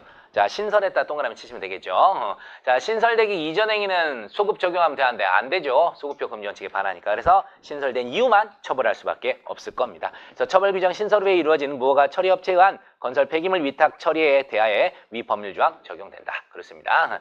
소급표 금지 원칙 얘기고. 여기 뭐 이렇게 많아? 아, 참. 자, 법인의 범죄 능력. 1번. 자, 요거 중요한 내용들이 좀 있습니다. 여기 법인 관련해서는 여기 있는 내용들만 아시면 그냥 다 커버가 될 겁니다. 법인의 직원 또는 사용인이 위반 행위를 하여 양벌 규정의 법인이 처벌받습니다. 자, 우리 한번 얘기합니다. 이 직원 사용인은요, 당연히 법규 위반 때문에 처벌하는 거예요. 법규를 위반했기 때문에 거기에 대해 처벌하는 것이고, 양벌 규정에 따라서 법인이 처벌되는 이유는 뭐죠? 평상시에 이 직원을 선임 감독을 잘 못한 데에 대한 과실 책임이에요. 아시겠어요? 그래서 책임 비난의 근거가 서로 달라요. 그렇기 때문에 읽어봅니다. 법인에게 자수감경에 관한 규정을 적용하기 위해서 법인의 이사 기타 대표자가 수사 책임 있는 관서에 자수한 경우에 하나고 위반행위란 직원 사용인이 자수한 것만으로는 위 규정에 의하여 형을 감경할 수 없다. 이해되죠? 행위자가 자수하면 지가 위반한 행위에 대한 자수고 법인은 따로 책임이라니까요. 그래서 대표이사가 따로 가야 됩니다. 대표 등이 따로 가야지만 회사에게 자수감경이 적용되는 거예요. 자, 그래서 2번도 마찬가지예요. 회사 대표자의 위반 행위에 대해 징역형 형량을 장량감경하고 경과는 벌금형에 대해 선고유예를 한 이상 양벌 규정에 따라 회사를 처단함에 있어서도 같은 조치를 취해야 된다? 말도 안 된다고요. 책임 비난의 근거가 서로 다르다 그랬어요. 그렇기 때문에 따라가지 않습니다. 이런 견해는 네 독자적 견해다. 자, 그 다음 3번. A 회계법인의 대표 사원인 회계사 갑이 을의 저작권을 침해하여 을이 갑과 A를 고소하였는데 A에 대한 고소기간이 도과되었다. 자, 갑과 A를 고소했는데 A에 대해서는 고소기간이 도과됐대요. 자, 검사가 A 회계법인과 갑을 저작권 침해죄로 기소합니다. A 회계법인을 대표사원 갑이 범한 저작권 침해에 대해 공범으로 볼 수 없으므로 이들에 대하여 고소의 주관적 불가분 원칙을 적용할 수 없다. 따라서 A 회계법인에 대한 고소기간이 도과되었다면 법원은 형소법 327조 2호에 따라 공기판을 선고해야 된다. 나오게 되는데, 자, 우리가 공범이라면 당연히 어떻게 돼요? 고소의 주관적 불가분 원칙이 적용이 되죠. 하지만 여기서는 공범이 아니란 말이에요. 공범이 아니니까 따로따로 처벌을 갈 수밖에 없게 되는 겁니다. 그래서 A 회계법인에 대한 고소기간 도과되었다면 당연히 법원은 형소법 327조 2호 A 회계법인에 대해서는 공기판한다 이 말입니다. 딴 쪽은 그대로 처벌하는 것이고. 자, 그 다음 4번. 갑회사의 대표이사 을의 조세범 처벌법 위반행위 즉시고발 사건입니다. 조세범 처벌법 위반이 적발한 세무공무원 A는 갑회사에 대하여 통고 처분을 하였고 이를 이행하지 않자 갑회사를 검찰에 즉시 고발했습니다. 검사는 갑회사와 자연인 을을 각각 조세범 처벌법 위반죄로 기소합니다. 법원은 즉시 고발이 없는 을에 대해서는 실체 재판을 할 수 없다. 맞는 얘기죠. 아까 얘기했지만 즉시 고발에 대해서는 뭐다?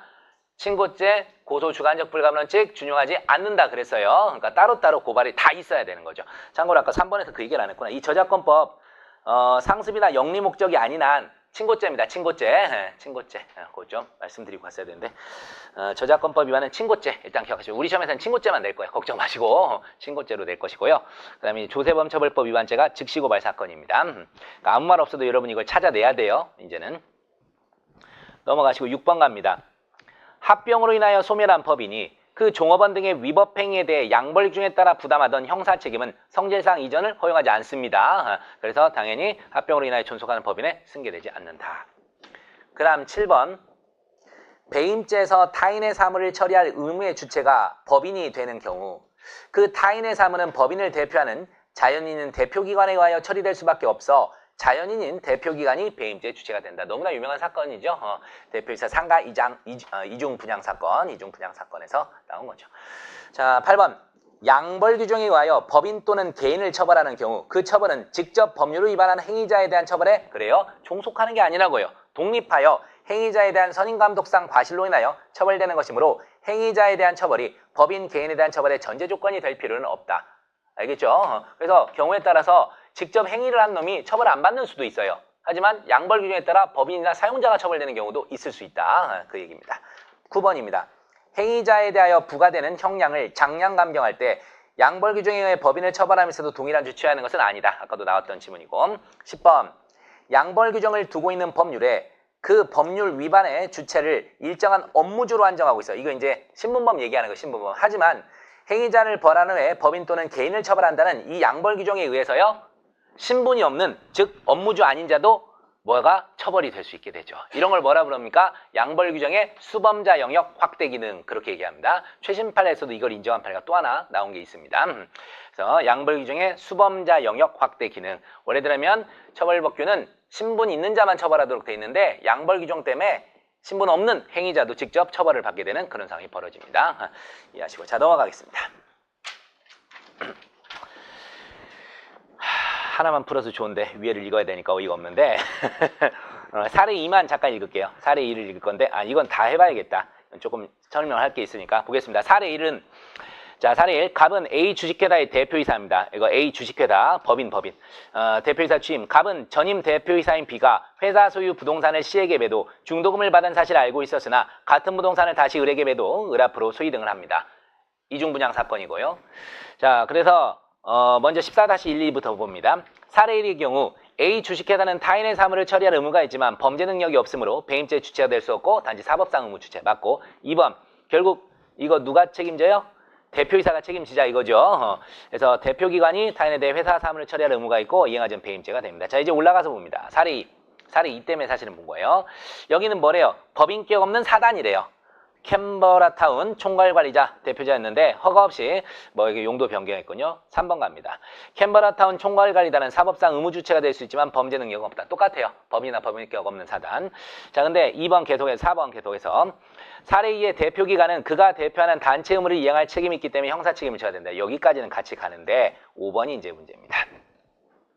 사례 2의 경우 캔버라타운 총괄관리단은 범죄 능력이 없지만 특별 규정으로 법인을 처벌하는 양벌 규정을 두고 있다 해도 형사처벌될 수 없다. 왜요?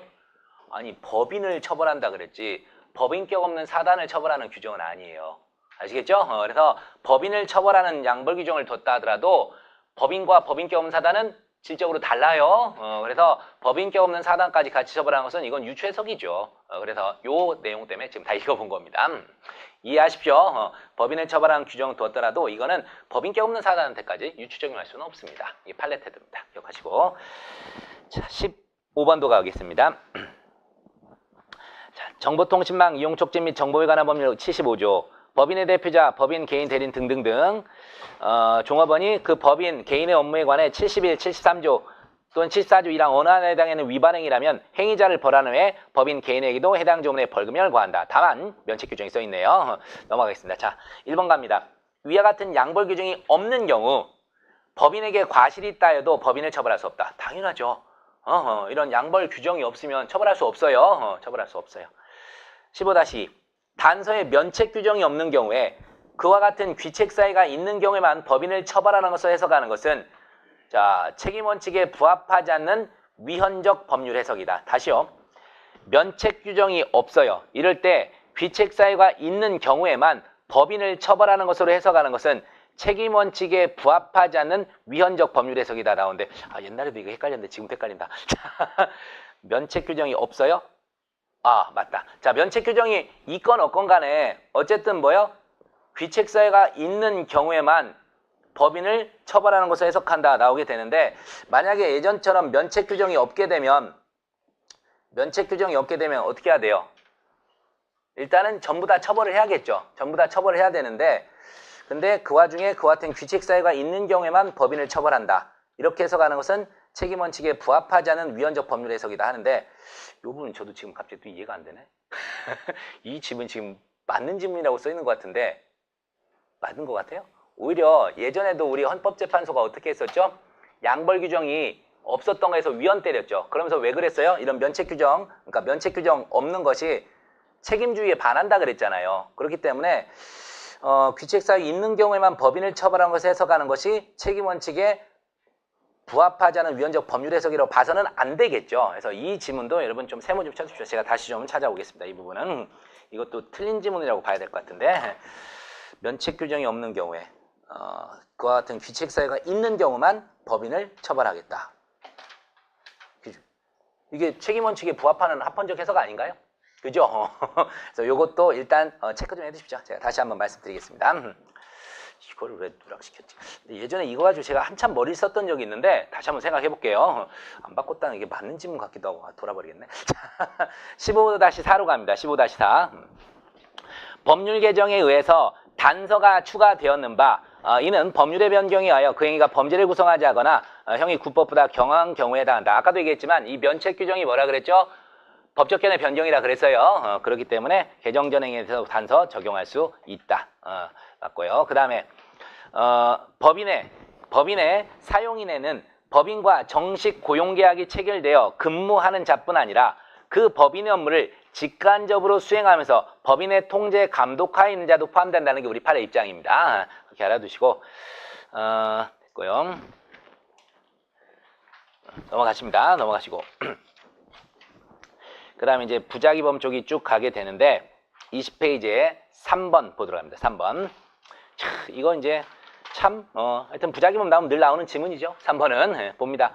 법적인 자기 의무를 지고 있는 자가 결과 발생을 쉽게 방지할 수 있었음에도 불구하고 이를 방관한 채 그 의무를 이행하지 아니한 경우에 그 부작위가 자기한 법익 침해와 동등한 형법적 가치가 있는 것이어서 그 범죄의 실행행위로 평가될 만한 것이라면 부작위범으로 처벌할 수 있다. 이런 얘기죠. 그래서 이게 사실은 이제 부진정 부작위범의 구북의 보행 이 5가지를 다 얘기를 하고 있죠. 맨 처음에 나온 게 뭐야? 법적 자기임을 지고 있는 자. 이게 보증인 지위 있는 자. 이런 얘기죠. 보증인 지위 있는 자가 쉽게 방지할 수 있었음에도 이게 뭐야? 개별적 행위 가능성이 있었음에도 이 얘기입니다. 개별적 행위 가능성이 있었음에도 구성요건적 상황에서 요구되는 행위를 하지 아니한 채 이 말이에요. 이를 방관한 채 의무를 이행하지 아니한 경우. 알겠죠? 그리고 마지막이 뭐예요? 행위 정형의 동가치성을 얘기하고 있는 거예요. 행위 정형의 동가치성을. 그래서 총 우리가 부진정 부작위범이 인정되려면 5가지가 요구됐잖아요. 구북의 보행.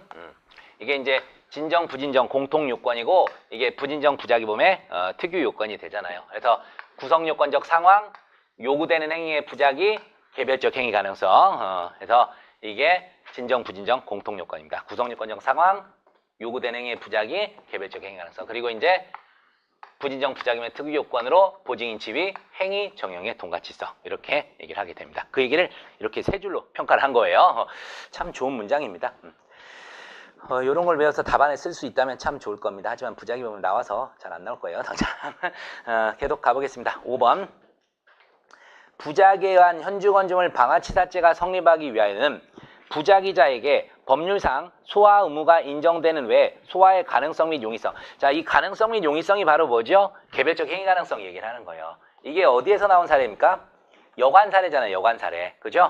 지 혼자 이제 담뱃불 껐다가 휴지 위에 껐다가 DB 자다가 확 놀래가지고 깨서 지 혼자 도망 나왔던 사건 있잖아요. 거기서 우리 판례가 소화의 가능성 및 용이성, 개별적 행위 가능성이 없다 그래서 부정해준 그 사례가 되겠습니다. 7번 갑니다. 보증인 지위 발생 근거가 되는 선행행위는 위법한 자기의 선행행위뿐 아니라 적법한 선행행위일 경우도 인정될 수 있다. 나오게 되는데, 자, 여러분 이 적법한 선행행위 뭐 있어요?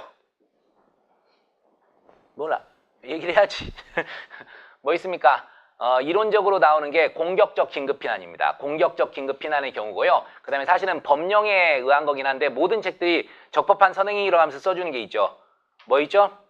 도로교통법상의 구호조치 의무 있죠? 도로교통법 44조 1항에 구호조치 의무를 얘기하는, 44조가 아니죠. 54조 1항에 구호조치 의무 있습니다. 구호조치 의무. 그게 뭐였어요? 고의과실, 위법, 유책 여부를 불문하고 인정되는 의무이다. 이런 얘기를 했잖아요. 그래서 도로교통법 54조 1항의 구호조치 의무, 그 다음에 공격적 긴급피난, 이런 경우가 적법한 선행행위임에도 불구하고 보증인 지위가 발생되는 경우다. 외워두시면 되겠다. 8번 갑니다. 부작위에 의한 교사는 불가능하죠. 그죠? 결의를 시켜야 되는데 부작위에 의한 교사는 안 돼요. 하지만 부작위범에 대한 교사는 가능하죠. 그죠? 그 미혼모한테 그냥 애 굶겨 죽여. 교사했어요. 그래서 애 엄마가 굶겨 죽였어요. 애 엄마가 부작위범이고 뭡니까? 시킨 사람은 교사범이에요. 충분히 됩니다. 자, 그럼 이제 반대로 방조범은 어떻게 되죠? 부작위한 방조와 부작위범인 방조가 다 가능합니다. 그래서 방조는 둘 다 가능합니다. 부작위에 의한 방조와 부작위범에 대한 방조 다 가능해요. 다만 부작위한 방조는 보증인 지위 있는 자에 한하게 되겠죠. 그거까지 같이 세트로 외웁시다. 자, 10번 갑니다. 우리가 보증인 지위와 보증 의무를 이분설로 외워서 기억할 겁니다. 그래서 보증인 지위는 구성요건 요소죠. 그래서 보증 의무는 위법성 요소고. 그래서 그 착오가 어떻게 됩니까? 보증 의무의 존재, 보증 의무가 존재하지 않는 것으로 착오했어요. 금지 착오입니다. 보증인 지위에 대한 착오는 구성요건적 착오고. 11번 갑니다. 공무원이 신축 건물에 대한 착공, 준공검사를 마치고 관계서류를 작성, 허가조건 위배 사실을 숨기기 위하여 허위의 문서를 작성 행사합니다. 자기범인 허위공사 작성 동행사죄만 성립하고 부자기범인 직무이죄는 성립하지 않는다. 세트 1입니다. 기억하십니까? 뭔 말일까요? 기억은 하겠지만 뭔가 내용은 기억이 안 나겠죠? 자, 자기범 4가지가 뭐였었어요? 범인, 은닉, 도피죄, 증거, 인멸등죄, 그 다음에 위계, 공직방, 마지막이 허위 공문서 작성죄. 요놈하고 누구예요? 부진정 부작위범에서 계속범인 직무유기죄의 관계죠. 그죠? 부진정 부작위범이면서 계속범인 직무유기죄입니다. 요놈과의 관계. 세트1이 뭐라고요? 자기범만 성립한다고요. 이 사례처럼 동시에 충족하는 경우 자기범만 성립하는 게 원칙이다. 세트2가 뭐였죠? 예외적으로 실경된 사례가 뭐였어요? 허위공시학성죄하고 직무유기 실경된 게 농지 불법 전용 사건이었죠. 농지 불법 전용 사건. 됐죠? 그리고 세 번째, 동시에 충족할 때 부작위범인 직무유기죄로 공소 제기하더라도 위법하지 않다. 그것까지입니다. 그것까지 세트입니다. 아시겠어요? 그까지 알아두시고 다음에 또 나올 겁니다. 어쨌든 미리 좀 해놓고. 자, 그래서 당연히 자기범 성립하는 게 원칙입니다. 농지불법 전용 사건 아니잖아. 알겠죠? 그러니까 이렇게 되고. 14번 진정부작위범 사이의 공동정원. 그쵸? 요것도 외우셔야 되죠.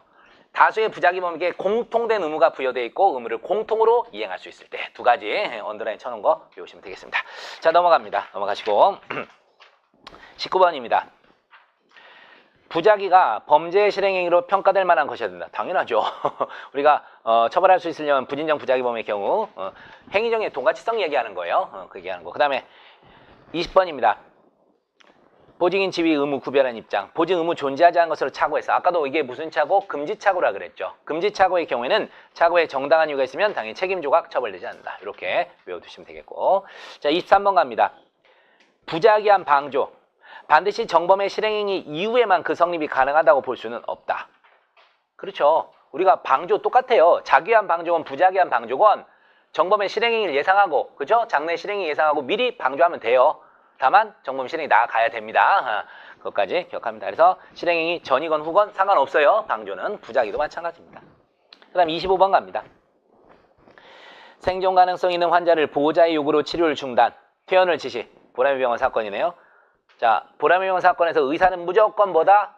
자귀예요. 자귀. 부작위로 가버리면 얘들이 행위지배한 거예요. 기능적 행위지배. 그래서 무조건 자귀로 끝나야 돼요. 그래서 퇴원 지시 사망하게 하는 의사의 경우 치료 중단이라는 부분에 비난의 중점이 있기 때문에 부작위범으로 평가되는 것이 아니라 자귀한 살인 방조가 되는 겁니다. 그래서 치료 중단이 아니라 퇴원을 지시하는 거에다가 초점을 뒀죠. 우리 판례는 봐준 거. 자, 26번 또 나왔습니다. 넘어가겠습니다. 넘어가시고 27번 미성년자를 유인하여 포박 감금한 자가 중간에 살해 고의를 가지고 계속 방치 사망케 하였다면 감금 행위자에게도 보증인 지위 내지 보증 의무가 인정. 당연히 뭐예요? 위법한 선행행위잖아요. 그렇기 때문에 부작위한 살인죄 성립을 인정해야 됩니다. 이 사람 이름이 주영형이더군요. 그래서 지난주에 우연히 TV에서 KBS 2에서 이거 옛날 사건 같은 거에서 쭉 해주는데 이게 80년에 일어났던 사건이다. 1980년. 그래서 1년 가까이 전국이 뒤집어졌던 그런 사건이었더라고요. 체육교사, 주교사 살인 사건. 그래서 여고생 둘까지 이제 공범을 가담하고 근데 이 인간이 또 수많은 여고생 하여튼 불륜도 맺고 그랬더라고요. 사형당했더라고요. 바로 83년에 해서 사형까지 그때는 사형을 시켰으니까 전두환까지 그때 쿠데타 일으켰는데도 바쁘신 와중에 직접 찾아까지 왔더라고요. 그 자료화면도 나오고 그래서 그렇게 한 1000번은 가르쳤을 건데 처음 알았어요. 이게 그랬던 사건이구나. 자, 28번 갑니다. 부작위한 살인의 경우 생명의 침해를 방지할 법적 자기의무를 가지고 있는 자가 의무를 이행함으로써 생명의 침해를 쉽게 방지할 수 있었음을 예견하고도 생명의 침해를 용인 이를 방관한 채 의무를 이행하지 않는다는 인식이 있었다면 살인의 고의가 있다. 그래서 부작위범에서도요. 부진정 부작위범에서도 살인은 미필적 고의로 충분하다는 이 세월호 사건 그 내용입니다. 자, 29번입니다. 자, 우리는요. 들어보세요. 교사범이나 방조범이 성립하려면 이중의 고의가 필요하죠. 정범의 고의, 방조의 고의, 정범의 고의, 교사의 고의. 그렇기 때문에 과실한 교사 방조 불가능해요. 더불어서 과실범에 대한 교사 방조도 불가능하다고요. 아시겠죠? 그래서 교사의 고의, 방조의 고의가 필요하기 때문에 과실한 교사, 과실한 방조가 불가능해요. 그리고 정범에 대한 고의도 필요하기 때문에 과실범에 대한 교사 방조도 불가능하다고요. 아시겠어요? 그렇게 논리적으로 같이 외워두시면 되겠습니다. 다만 현행법상 과실범에 대한 교사 방조는 처벌합니까? 처벌하지 않습니까? 다시요. 현행법상 과실범에 대한 교사 방조를 처벌하지 않는다. X입니다. 왜요? 간접정범이 뭐예요?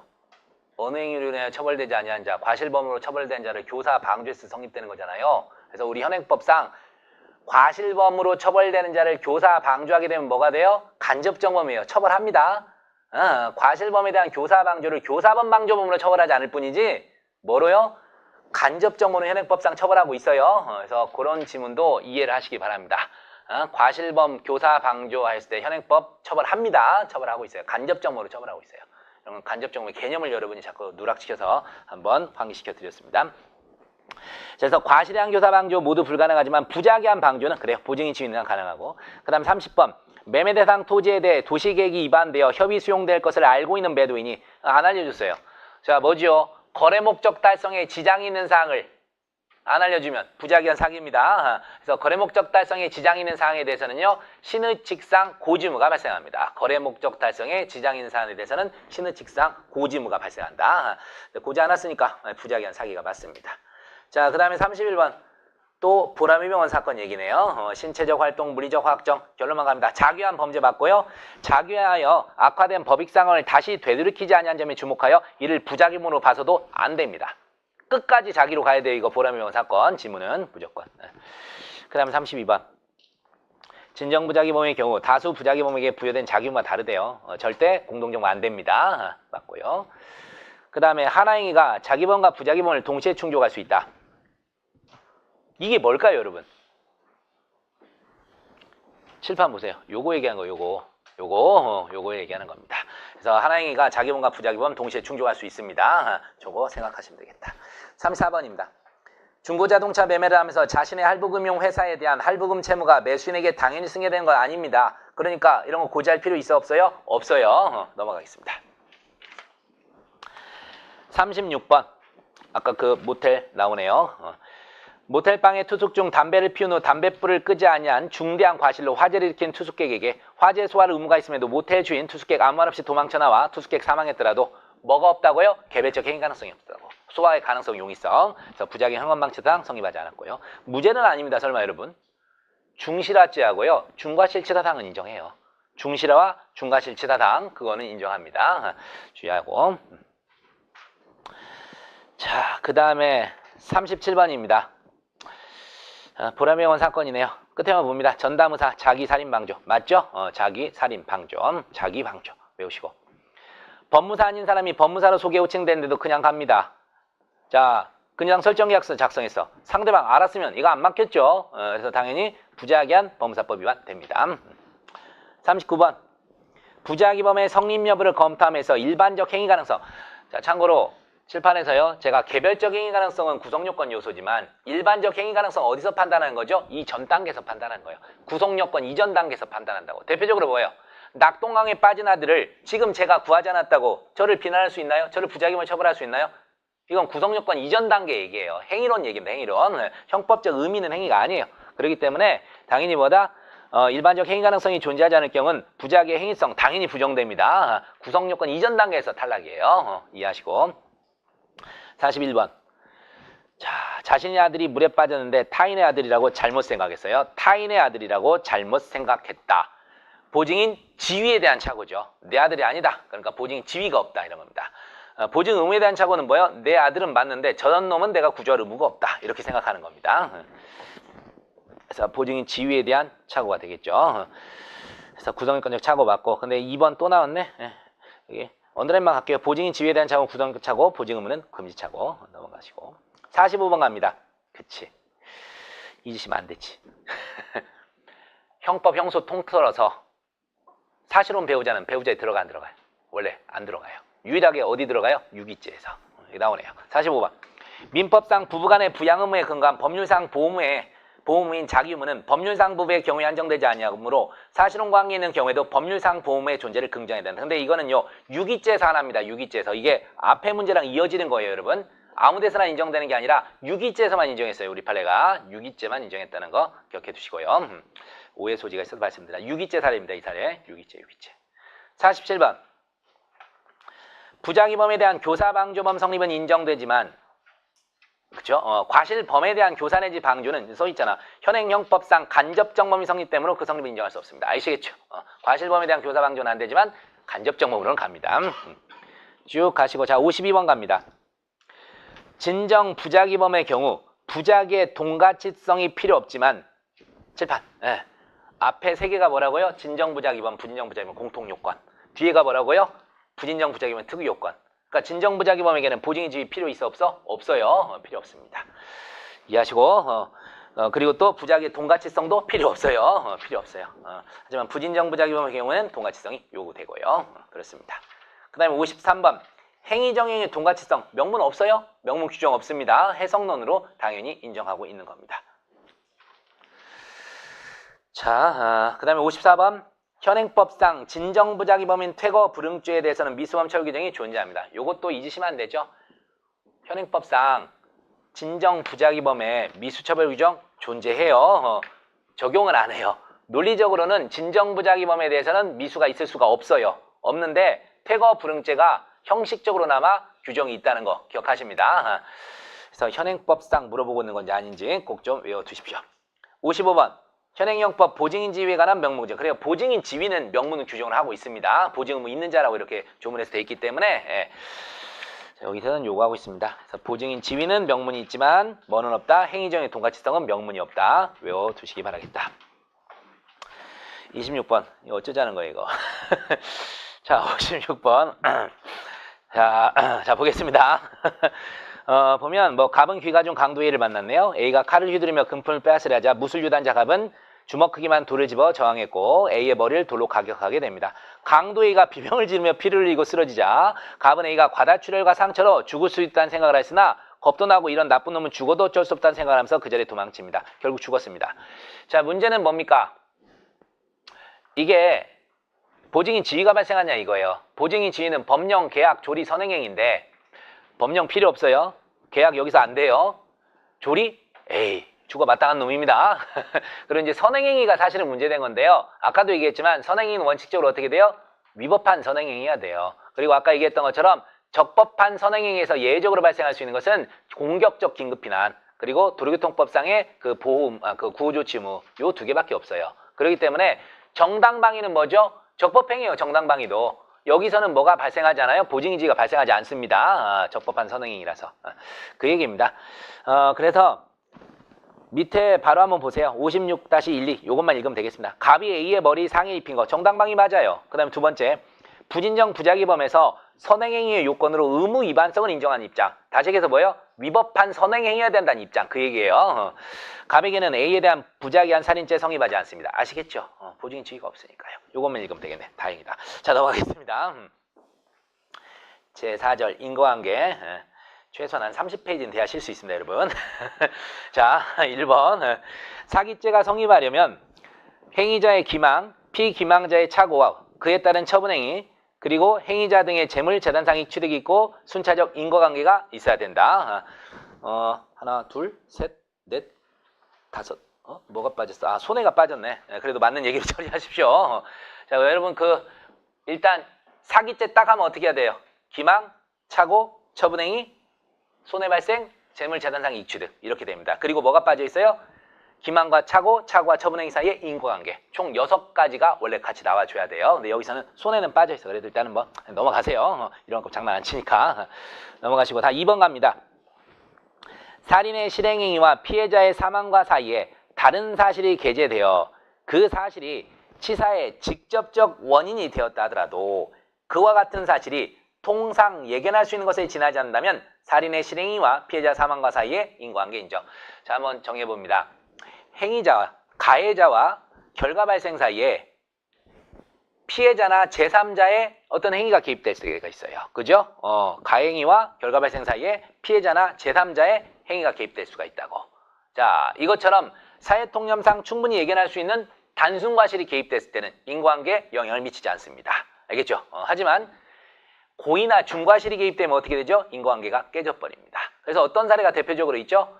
강한 피해자가 음독 자살해버렸던 사건 있죠. 장내 수치심 등으로. 그때는 어떻게 됐어요?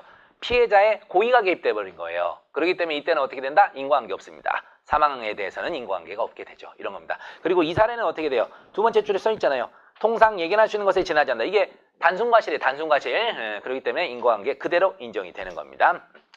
자, 계속해서 3번 갑니다. 부작위한 살인에 있어 자기 의무를 이행하였다면 사망 후에 결과가 발생하지 않았을 것이라는 관계가 있대요. 당연히 인과관계 인정되겠죠. 이러면. 그 다음 4번 속셈학원 기억날 겁니다. 자, 이거가 바로 뭐다? 피해자의 어떤 과실이 개입은 됐잖아요. 근데 이런 상황에서 정신없는 상황에서 여기가 뭐 지상인지 지하 뭐 기억할 수가 없다고요. 뛰어내리다 죽어버렸어요. 이거 인과관계 인정했습니다. 그래서 추락 사망했던 거 갑의 강간 미수행위와 피해자 사망 사이 인과관계 인정했던 그런 사례입니다. 그 다음 7번 갑니다. 7번. 7번. 운전자 갑이 차를 세워 시동을 끄고 자 여기서는 누가 앉아있는가를 봐야 되죠. 조수냐 13세 아이, 11세 아이냐. 자 보겠습니다. 초등학생이네. 초등학생이 운전자한테 과실이 있습니다. 이렇게 되면 인과관계 있죠. 초등학생이 이를 조석에 남겨두고 차에서 내렸는데 A가 시동 열쇠 누르고 악셀레이터 페달을 밟아 차량 진행 사고가 발생합니다. 갑행위와 차량 사고 간의 인과관계 있다고 봅니다. 대신에 초등학생이 아니라 누구? 조수가 앉아 있었던 사례 있어요. 거기서는 부정합니다. 거기서는 부정합니다. 자 넘어가겠습니다. 넘어가시고 11번 갑니다. 인과관계를 통해 가벌성의 영역을 지나치게 확대하는 공식은 당연히 조건설입니다. 조건설이 제일 넓게 인정되죠. 그러면 12번도 보세요. 절대적 제약 공식에 따르면 이게 뭐죠? 그 행위가 없었더라면 이러한 결과가 없었을 것이다. 이러한 상황만 있으면 인과관계가 인정된다는 게 절대적 제약 공식이에요. 택일적 인과관계, 이중적 인과관계 이게 바로 뭐죠? 둘 다 치사량에 달하는 독약을 먹인 경우 그걸 생각하면 되죠. 갑, 네가 독약을 안 먹었더라면 그래도 죽었네? 자, 인과관계 없습니다. 이렇게 되면. 그래서 이게 비판받는 거죠. 비판받는 거죠. 치사량에 해당하는 독약을 먹였는데 인과관계가 없다니 말도 안 된다 이겁니다. 그래서 이해하시고 그 다음에 13번 피해자의 특이 체질이나 지병이 영향을 미쳐 결과 발생이 이른 경우 자 어쨌든 우리는 절충적 상당 인과관계설이에요. 그래서 어떻게 되죠? 행위자가 특별히 알고 있는 것도 포함을 시켜요. 일반인이 당연히 하는 것뿐 아니라 행위자가 알 수 있었던 것도 당연히 포함시켜요. 그리고 이 행위자는 우리 판에는요. 피해자와 매우 친한 사람을 전제로 한다는 거 기억하시면 되겠습니다. 그래서 그러한 사정을 몰랐을 경우라도 지병 등이 통상 예견할 수 있는 것이라면 통상 예견할 수 있다는 건 뭐예요? 일반인이라면 알았다는 거예요. 행위자는 몰랐더라도 일반인이라면 당연히 알았어요. 그러면 당연히 어떻게 돼요? 인과관계 인정할 수 있게 됩니다. 또 반대로 통상 일반인은 몰랐더라도 행위자가 알고 있었어요. 당연히 이때도 인과관계 인정됩니다. 이게 절충적 상당 인과관계예요. 이거 두시고 그 다음에 쭉 가셔서 18번 18번 아니네. 이거 다행이다. 21번입니다. 이게 왜 굵은 글씨 뭐였지? 아까 자 21번 갑니다. 한 의사가 문진결과 과거 약 8회에 걸쳐 봉침 시술을 받았으나 이상이 없었다는 말을 듣고 피해자에게 알레르기 검사를 생략한 채 봉침 시술을 하였는데 피해자에게 쇼크 반응이 나타납니다.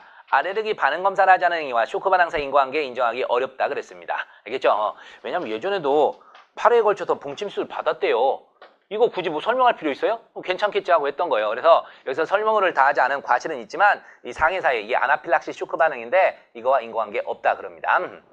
자 22번 전문적으로 대출을 취급하면서 차용인에 대한 체계적 신용조사를 행하는 금융기관이 금원을 대출한 경우 비록 대출 신청 당시 차용인에게 변제기한에 대출금을 변제할 능력이 있었고 자체 신용조사 결과에 관계없이 변제기한에 대출금을 변제하겠다는 취지의 차용인 말만을 그대로 믿고 대출하였다더라도 차용인의 이런 기만과 금융기관 대출행위 사이 인과관계 인정할 수 없다. 이거 인과관계 인정하면 은행이 미친 거죠. 그죠? 말도 안 되는 얘기입니다. 자기들 잘못이에요. 그래서 인과관계 인정할 수 없습니다. 인정할 수 없습니다.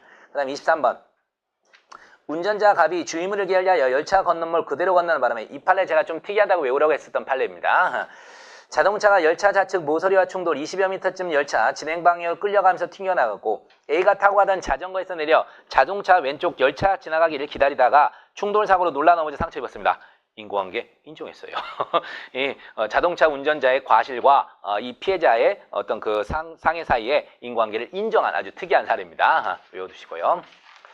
자, 고칠 수 있을 것 같습니다, 여러분. 자, 27번 갑니다. 자, 공동정범이래요. 공동정범. 우리가 공동정범과 동시범의 가장 큰 차이가 뭐죠? 바로 인과관계가 밝혀지지 않았을 때죠. 공동정범은 어떻게 됩니까? 니들의 작품에서 전부 책임을 물어버립니다. 동시범은 어떻게 돼요? 일반적으로 미수로 가버리죠. 하지만 상해 결과가 발생했을 때는 공동정범처럼 전부 기수로 가버립니다. 그거를 이해하십시오. 그래서 27번 공동정범이래요. 여러 사람 행위가 경합 하나 결과 발생되었으나 결과 발생 원인 행위 밝혀지지 않았어. 그래서 상관없어요. 전부 기수범으로 갑니다. 전부 기수로 가야겠죠. 자, 28번 가보겠습니다. 갑은 자신의 동생에게 중상해를 입힌 A에게 복수하기 위해 새벽 2시경 A가 사는 오피스텔에 침입, 자고 있던 사람을 쇠파이프로 마구 때리고 칼과 팔, 다리 닥치는 대로 여러 차례 찔렀다. 자고 있던 사람의 H임을 비었다. 하하. 자, 이게 뭐죠? 구체적 사실의 착오 중 객체 착오가 되는 겁니다. 병원에 입원한 B는 김밥 콜라 먹고 죽었던 그 사건, 그걸 이제 해놓은 사례네요. 자, 뒤에 금식 조치 지키지 않고 함부로 음식을 먹은 탓에 죽은 거 통상 예견할 수 있는 과실로 봤습니다. 그래서 인과관계 인정합니다. 자, 28-1 갑니다. 조건설과 상당 인과관계설에 하면 갑의 행위와 B의 사망 사이에 당연히 인과관계 인정되죠. 그죠? 특히 조건설, 네가 얘를 그렇게 안 팼으면 안 죽었겠죠. 병원도 안 갔고. 그 다음에 상당 인과관계설에 따르더라도 사회 경험칙상 충분히 예상할 수 있습니다. 죽을 수 있다는 거. 그 다음 2번 구체적 부합설에 하면 구체적 부합설이건 나발이건 여긴 다 뭐죠? 구체적 사실 착오 중 객체 착오라서 그냥 발생 사실에 대한 고의 기수예요. 그래서 B에 대한 살인 기수 받고 법정적 부합설도 맞습니다. 고의 기수 받고 28-4 갑의 행위가 B를 사망한 게 한 직접적 원인이 된 것은 아니지만 그 범행으로 인하여 피해자에게 급성 심부정 발생, 합병증 사망 인정되기 때문에 인과관계 인정합니다. 됐어요. 그 다음에 29번 가겠습니다. 29번까지 하면 딱 쉬겠네. 자, 개괄적 고의 사례입니다. 이거 우리 사례도 찍히고 있는 겁니다. 지금 나왔어야 되는데 아직 안 나온 사례 대비 좀 하셔야 될 것 같습니다. 또 머리 아픕니다. 우리들 또 객관식도 찍어야 객관식이네 사례 찍어야 돼서 열심히 기도하러 다니고 있습니다. 자, 갑은 자기 부인을 희롱하는 이웃 남자를 살해할 의사로 머리를 돌로 내리쳐 피해자가 뇌진탕 등으로 인하여 정신을 잃고 축 늘어지자 그가 죽은 것으로 인 증거를 인멸할 목적으로 피해자를 개울가로 끌고 가 땅에 묻습니다. 어떤 사례인지 알죠? 실제로는 질식으로 인해 사망했습니다. 개괄적 고의 사례입니다. 자, 위 사례는 연결된 두 개 행위로 결과가 발생하였으나 갑은 행위의 진행 과정을 오인 자기가 의도한 결과가 제1행위가여 이미 실현되었다고 믿는 경우로서 인과관계 착오한 유형으로 보는 견해가 있다. 이게 다수설입니다. 인과관계 착오 특수유형설로 보는 게 우리 다수설 입장. 2번 위 사례에서 갑이 인과관계의 본질적 부분을 착오한 경우 발생 결과의 고의기수범의 성립을 인정하지 않는 견해는 참고로 우리가 인과관계 착오를 어떻게 해결하죠? 본질적 착오일 때는 인과관계가 없다고 보지만 비본질적 착오의 경우에는 인과관계가 있다고 보죠. 참고로 본질적 착오는 사실상 상상할 수 없습니다. 알겠어요? 자, 근데 어쨌든 여기서는 뭐래요? 본질적 부분을 착오한 경우라고 얘기하고 있어요. 근데 어쨌든 그 견해 본질적 부분을 착오한 경우 고의기수범 성립을 인정하지 않는 견해. 어쨌든 이게 뭐야? 본질적, 비본질적 나누는 견해예요. 구체적으로 일반 생활 경험상 예상할 수 있는 범위 내 착오인 경우에는 당연히 비본질적 부분의 착오입니다. 아시겠죠? 예상할 수 있는 거라면 비본질적 착오. 그러니까 영향 없다는 거예요. 살인 기수 처벌하는데. 자, 29-3 위 사례 사실적 측면을 중시. 이런 객관식이니까 나옵니다. 사실적 측면을 중시해서 제1행위와 제2행위 두 개의 독립적 형태로 보는 견해. 이게 딱 하나 있어요. 미수와 과실의 경합범설인데 당연히 뭐예요? 살인미수와 과실치사 실경으로 보게 됩니다.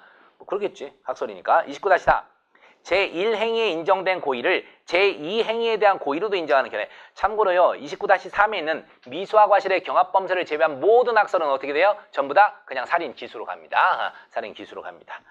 자, 29-5 위 사례 전 과정을 이게 판례 문구입니다. 전 과정을 개괄적으로 보면 피해자의 살해라는 처음에 이견된 사실이 결국은 실현된 것으로서 갑은 살인 기수 죄책을 면할 수 없다. 외워버리셔야 되겠습니다. 이 부분은 딴 거 학설은 못 쓰더라도 요거는 꼭 쓰셔야 돼요. 요거랑 인과관계 착오 특수형설 있죠. 다수설 이 두 개는 여러분이 좀 외워두셔야 될 겁니다. 자, 넘어가겠습니다. 이제 좀 쉬었다가 갈게요.